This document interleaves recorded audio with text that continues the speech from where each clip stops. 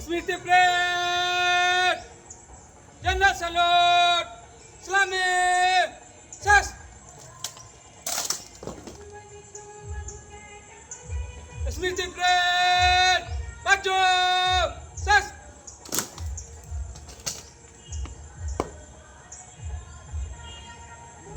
श्रीमान, पुलिस संस्मरण दिवस का कार्यक्रम समाप्त हुआ। बाजू, शस्त्र।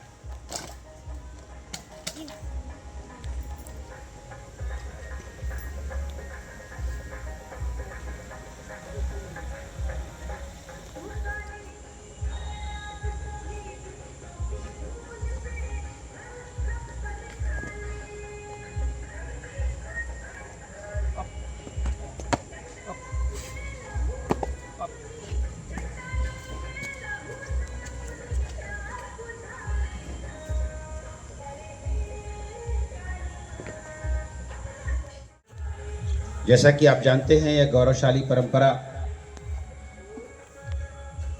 1959 की घटना के बाद से लगातार इस उद्देश्य से मनाई जाती है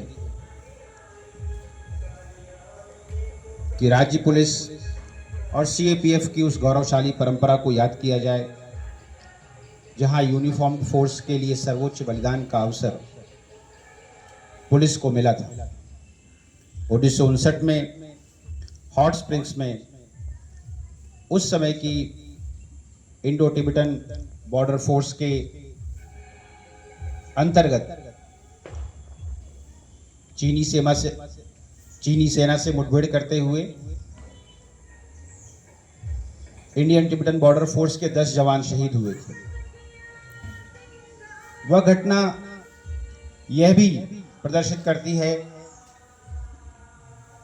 कि भारत के अंदर पुलिस न सिर्फ विधि व्यवस्था का संधारण करती है, न सिर्फ अपराध का नियंत्रण करती है, बल्कि जरूरत पड़ने पर देश की सीमा की रक्षा के लिए भी तत्पर रहती है।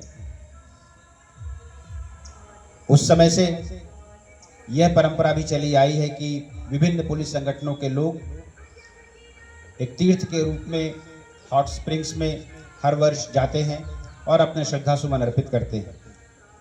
आज इतने वर्षों बाद इस संस्मरण दिवस पर यह भी संस्मरण करने की आवश्यकता है कि आज़ादी के बाद से बड़ी संख्या में पुलिस बल के लोग, ऑफिसर्स और बल कर्तव्य की बलिवेदी पर शहीद हुए। और यह भी एक रेखांकित करने योग्य बात है कि उनकी कुल संख्या अगर जोड़ी जाए तो आर्मी के जवानों से ज़्यादा है, क्योंकि देश की सीमा से लेकर देश की आंतरिक सुरक्षा तक के मुद्दों पर अलग अलग भूमिका में पुलिस संगठन अपना योगदान देते हैं। इस वर्ष के संस्मरण दिवस पर हम बिहार पुलिस के उन 8 जांबाज साथियों को भी याद करते हैं जिन्होंने कर्तव्य की बलिवेदी पर अपने प्राणों को न्यौछावर किया। आज हम एएसआई राजीव रंजन मल्ल को भी याद करते हैं, जिन्होंने अररिया जिला के अंतर्गत अपराधियों से मुठभेड़ में अपनी जान गंवाई। आज के इस अवसर पर सब इंस्पेक्टर प्रीतम रजक, एएसआई जितेंद्र कुमार सिंह, हवलदार मिथिलेश कुमार, सिपाही शेखर पासवान, सिपाही अशोक कुमार भगत, सिपाही रविकांत कुमार और महिला सिपाही कोमल कुमारी को भी हम लोग याद करते हैं। इन सभी ने अलग अलग जिलों में बिहार पुलिस की गौरवशाली परंपरा को बनाए रखा है और विभिन्न भूमिकाओं में अपने प्राणों की भी चिंता किए बगैर अपने कर्तव्य का निर्वहन किया है। आज का पुलिस संस्मरण दिवस यह भी याद करने का अवसर है कि जो भूमिकाएं हमको मिली हैं, उन भूमिकाओं का पूरी कर्तव्य निष्ठा के साथ और पूरी ईमानदारी के साथ निर्वहन करना भी इन वीर और शहीदों के लिए सच्ची श्रद्धांजलि होगी। धन्यवाद।